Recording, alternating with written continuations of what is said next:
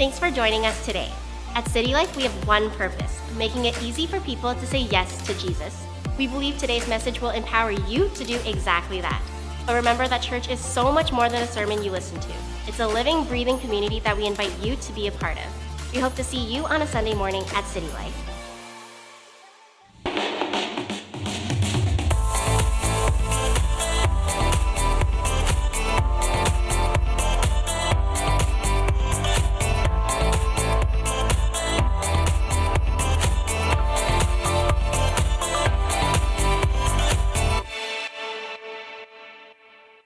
I didn't know. Man, how many times in life are there situations where afterwards, looking back, we just look back and think, man, if I had only known what I know today, then I would have made choices very differently. We were joking in staff this week about just choices we would have made even in this building. Here we are. If we had only known that we should have spent a whole lot more on cameras and media equipment and maybe less on things like, I don't know, like bathrooms and windows. There's a lot of things that in life that we can go through life not knowing. But I believe that there's some things about our spirit that that if we would know, if we get the right information, we can make the right choices. In this series, I didn't know. I don't think I've ever been more excited for a series in the history of our church. I just believe this series is going to be transformative. I believe it's. I don't just believe that the series is key. I actually think we're in a really key time in our world and in our life where things can take place in a way they just have not taken place in generations. And in this series, I'm going to get a little honest about my life. I've gone through, I look at the last 20, 25, 30 years of my life, and it's been a busy life. It's been a bit of a blur, actually. I've worked a lot of hours. I've taken a lot of pride in the fact that I've worked long weeks. It worked is starting the church, but also in construction. And then because one business wasn't enough, I started a second one, and I was proud of the fact that I donated my time to the church, oftentimes what I would say now, working more than it was really even healthy. And but over the past few years, if I would have known then what I know now, I would have maybe changed a bit of the way that I went through the last few years of my life. And the last couple years, or I say the last 5 years particularly, they were years that I was finding that life was beginning to fill with stress. Life was beginning to fill with worry. Life was beginning to fill with anxiety. The wrong tanks were getting filled inside. I was finding relationships exhausting. I was finding joy diminishing. I was finding fatigue increasing. And I felt like if you've ever been on a treadmill and you just keep turning up the speed. It's a great little trick to do when someone's on a treadmill, and just keep bumping up the speed. Well, I felt like I was on a treadmill that just kept going faster and faster and faster and faster, and there's no way to get off and no way to slow it down. And then it kind of all hit a climax about 2 years ago, and something happened to me. Something happened to me on stage. It has never happened to me in my life before, and it hasn't happened since. But it was a bit of a wake-up call, and it was in the middle of a song, and we were in the middle of worship, and I had a panic attack on stage, and my hands began to freeze up. I started shaking. I couldn't move my hands, which is a problem when you're playing a guitar. And I just kind of faked my way through to the end of that set of service. And I went down and I just kind of sat in the office for the next half hour. And to be honest, I was in shock. I felt disoriented. But not just for the following week, it literally felt like something inside me had just changed permanently. And it started to get me to ask some questions and look at my own life and ask, and really say, like, the way I'm living life, it's not giving me life. And it started this dialogue, I would say, that in my own heart, where I began to ask myself, where did I go wrong? what's wrong? What's wrong with the way that I'm living now? Because it's not just about busyness. But I would say, actually, when we started the church, I would say I was actually a lot busier. Like Monica and I were a lot busier than we are now. But I was never this tired. I was never this stressed. I was never as numb as I was finding myself in that season. And it's interesting. It's not just me. In doing some research, I found out that in the last 50 years in Western society, unipolar depression has increased. Unipolar depression is depression that it's not attributable to a specific cause. So it's not like you lost a loved one or a family member was killed. You're just depressed, but you don't really know why. Unipolar depression has increased in Western society. Not just one time, two times, but actually 1,000%. And so are we stopping to ask why? Are we stopping to ask that at the same time that the standard of living in human society is the highest it's ever been, we are actually becoming some of the most unhappy that we've ever been? Could it be that the way we're living is actually counterproductive to experiencing life? There's a saying in the business world or in the management world, there's a saying that it says, every system is perfectly designed to get the results that it gets. The way we're living and the way we're feeling, they're designed to work exactly the way and bring the exact results that they're bringing. And if we want to change the life that we're experiencing, we actually have to change the system that we're living. The way of our world, we applaud busy. We applaud hurry. We applaud to-do lists. We applaud performance. We applaud productivity. We applaud efficiency and deadlines. But these things, they're not bringing us to a better place as society. Corrie ten Boom, she once said that if the devil can't make you sin, he'll make you busy. Sin and busyness have the same effect on our soul. They cut off our connection to God. They cut off our connection to other people. And they even cut off our own connection to our own soul. And this would be a very accurate description of my life. I would say it was busy. Church life was just busy. Business was busy. Bible reading got crammed into corners where it fit. Prayer was, obligatory, this perfunctory, get it in there so you can say that you did it, but it wasn't, I didn't know you didn't have to own the pace of this world. I didn't know I didn't have to work in the rhythm of the world, but that there was a different way. And so slowly over the last couple of years, I felt like, I'm starting to reclaim life back. I started to deliberately slow my pace. I stopped working weekends, except for obviously the church, and I started to take stock, make sure I was taking times to slow down. And then, of course, something very dramatic has taken place in the last month. The world has stopped.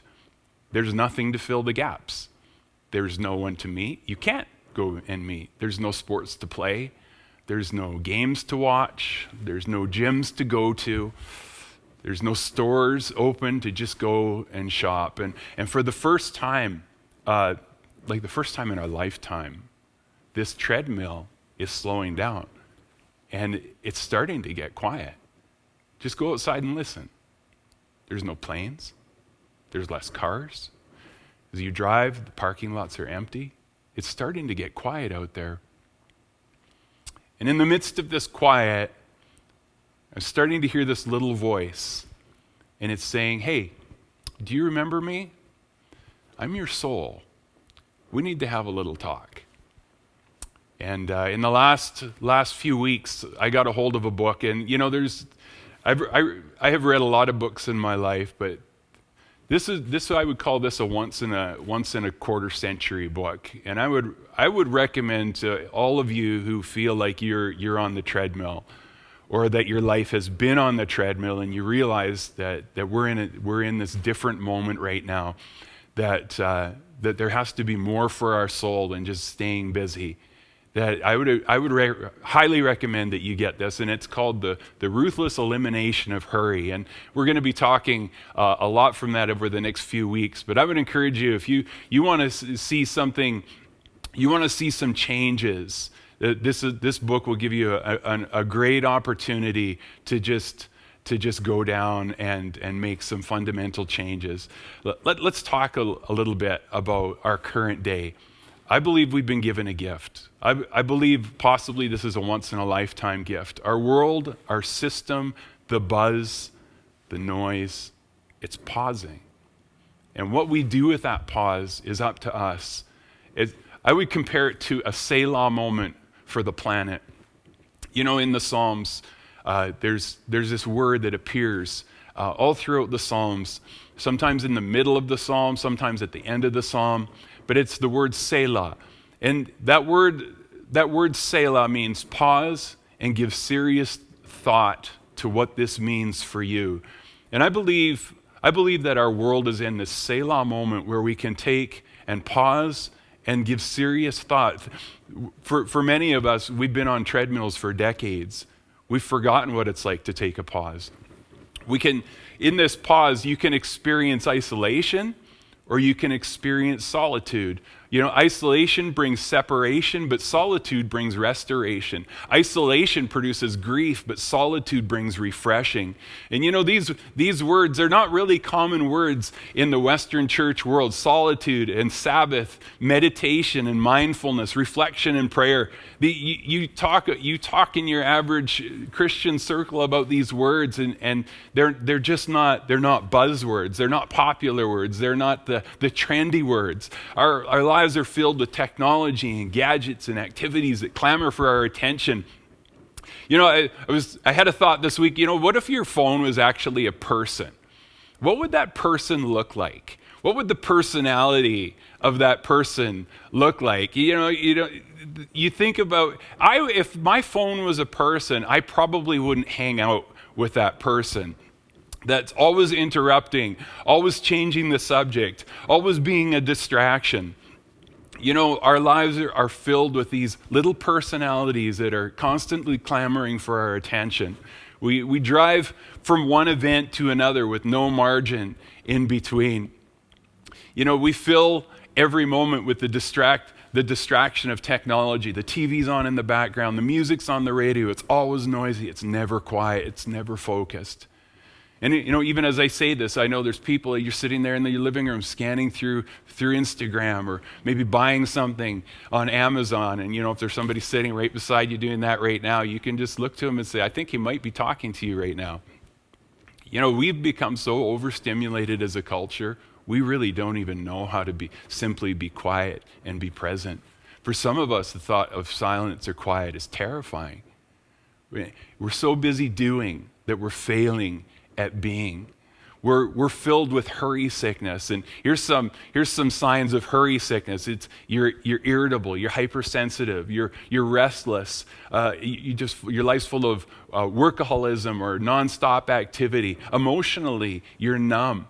You're engaging in escapist behaviors. There's a slippage of spiritual disciplines, and if you have to ask, well, what are spiritual disciplines? Then the answer is yes, they've slipped.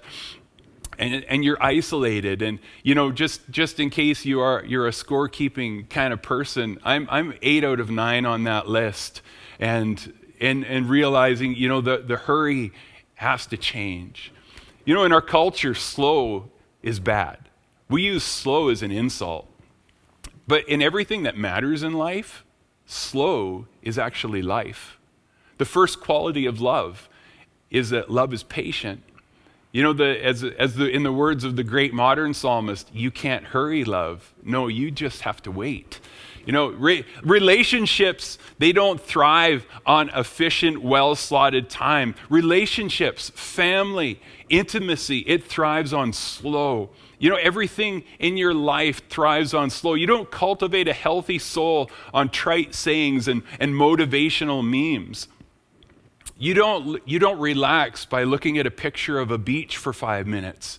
The most important things in our life actually need slow to develop. And here we've been given this moment of slow in our society, this moment of slow, this Selah moment that we can pause and give serious thought to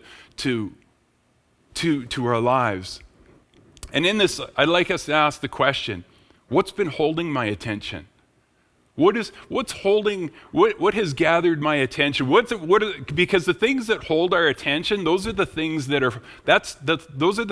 are forming us. What we expose ourselves to, those are the things that are shaping the way that we think. Stress, anxiety, the inability to feel the presence of God, chronic burnout, these aren't signs that you're broken. They're actually signs that your soul is working, and it's warning you that the way that you're living is forming you into something that's not healthy. There's something about the system of our life that's off and needs to be repaired. Our life is a byproduct of our lifestyle. And by life, I mean our perception of the quality of our existence. And by lifestyle, I mean the rhythms and the routines that make up our day-to-day existence. And you think, I just even look at my own lifetime. In one generation, Sunday has evolved from a day of rest and worship to a day to buy more stuff that we don't need, to run more errands, or just another day of work so we can get more money to buy more things that we don't need. And we're the first generation to do this. And we really haven't slowed down long enough to ask ourselves the question, what is this new pace of life doing to us? What is this doing to our souls? Oftentimes we understand Jesus as the truth. We give mental assents. In the Christian world, we get that. But it's interesting, Jesus didn't start that sentence when he said, I am the truth. He actually didn't start that sentence with the phrase, I'm the truth. He started it with, I'm the way. And Jesus didn't just invite us to believe a truth. He actually invited us to follow a way of living. And in fact, the early Christians, they weren't called Christians at first. They were actually called followers of the way. That there was a certain way of living that people knew that when they lived a certain way, it produced a certain quality of life and a certain quality of soul. And the early church, they understood that life doesn't come from accepting a certain belief. It comes from living a certain way. Jesus said, I have come that they might have life and life more abundance. And, if we want to experience the life that Jesus promised, we have to embrace the lifestyle that he showed us. And this is what he promised us in Matthew chapter 11, and you can read along with me. He said, come to me, all you who are weary and burdened, and I will give you rest. Put my yoke upon your shoulders. It might appear heavy at first, but it's perfectly fitted to your curves. Learn from me, for I'm gentle and I'm humble of heart. And when you are yoked to me, your weary souls will find rest. For my yoke is easy and my burden is light. A yoke in that day, a yoke was a common idiom for the first century, in the first century, for a rabbi's way of interpreting and reading the Torah. But it was more than just that. It was actually his set of teachings that taught how to be human, how to experience life, how to shoulder the weight of life. And so when Jesus said this he said, my yoke is easy and my burden is light, the people in this day understood what he was referring to. He was referring to a whole set of teaching and way of living that produces life. He said, come to me so that you can find rest for your souls. The whole point of following Jesus is learning how to live so we recover our soul, to have that soul part of us put back into shape, or put into the shape that God intended for it to be in, and to experience healing in the deepest parts of our beings, to experience what Jesus called life to the full. And this is what Jesus was all about. He was about healing people, saving people at a soul deep level. How? Through watching and learning from him. So everywhere Jesus went, he's constantly offering this invitation. And usually it sounded like this: come and follow me. Or it would sound like this: come and learn how to live by walking with me. Jesus' invitation to us is to take up his yoke, to travel through life at his side, learn how to shoulder the weight of life with ease, and to step out of this burnout society and live a life where we experience soul rest. You know, the message version of that scripture, it says, "Are you tired? Are you worn out? Are you burned out on religion? Come to me, get away with me, and you'll recover your life. I'll show you how to take a real rest. Walk with me and work with me. Watch how I do it. Learn the unforced rhythms of grace. I won't lay anything heavy or ill-fitting on you. Keep company with me, and you'll learn to live freely and lightly."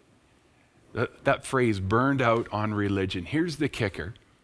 If Jesus is just another activity, if church is just another activity we're trying to cram in our week, another appointment to keep, our days in his house are numbered. Jesus doesn't invite us to pencil him into our schedule or go to him for our inspirational quotes. He invites us to follow him, to learn from him. And, you know, if the way that we're following is leaving us exhausted, then it's not the way of Jesus that we're following. Jesus doesn't tell us to stop everything we're doing, abandon all responsibility, and not do anything. He invites us to learn how to He invites us to learn how to do things right, to learn a way of carrying the load of life. You know, if you want to experience the fruit, the benefit of a life, you have to actually adopt the lifestyle that makes that benefit possible. And a perfect example is when you see somebody who's physically fit or physically healthy. We all want that fruit, but we understand that there's also a lifestyle that has to be adopted to get that fruit. When we see a marriage or a family that's close and intimate, we want that fruit, but there's also a lifestyle that has to be adopted to have that fruit. A lifestyle of deliberate time together, of conversations filled with grace and forgiveness. So often we see that the fruit is attractive, but we balk at the lifestyle. So I like everything about being physically fit except the eating right and exercising part. To have the fruit, you have to embrace the lifestyle to be able to experience the fruit. And Jesus is telling us, embrace the lifestyle that I have for you. He doesn't promise that this lifestyle will be easy. He promised we'll be able to bear the weight in a way that's easy. And see, an easy life isn't always an option, but an easy yoke is. And this invitation to follow him means it's an invitation to follow him in the way that he lived. It's interesting. We Monica and I were talking yesterday just about this series and what we're going to be going into here. And, I've been a Christian for 32 years. I've been a full-time pastor for 28 years. And some of the stuff that we've been looking at, it's like, I didn't know this. Our Western society has not cultivated I would say, in my experience of Christianity in Western society, there's a big area that's missing. And it really comes down to our soul and God. So this week I want to encourage you. Maybe you're in this situation. You've been on the treadmill, and you're realizing, you know what? This moment, this time, I would like something great and profound to come out of this. I want to encourage you. Take a moment this week and talk to your soul and talk to God about your soul. Take some time. There's just some easy, really simple things you can do to kind of silence the noise. One is just take a digital timeout. And we all have phones. We all have them buzzing all the time. But take that moment and silence the noise. Every time you have your phone with you, you're being immersed into an ecosystem of interruption. It's constantly clamoring for your attention. You'll probably be uncomfortable with this at first, because if you're like me, you've been overstimulated for a very long time. This studies show that the withdrawal from technology has the same effect on the human brain as the withdrawal from heroin. These things, that they're clamoring for our attention and they're not letting up. Take a digital timeout. Second is just go for a walk. Take a walk. Don't take your phone. Don't take your music. Just take your thoughts, and go have a conversation with God. Talk to yourself and talk to God about your future.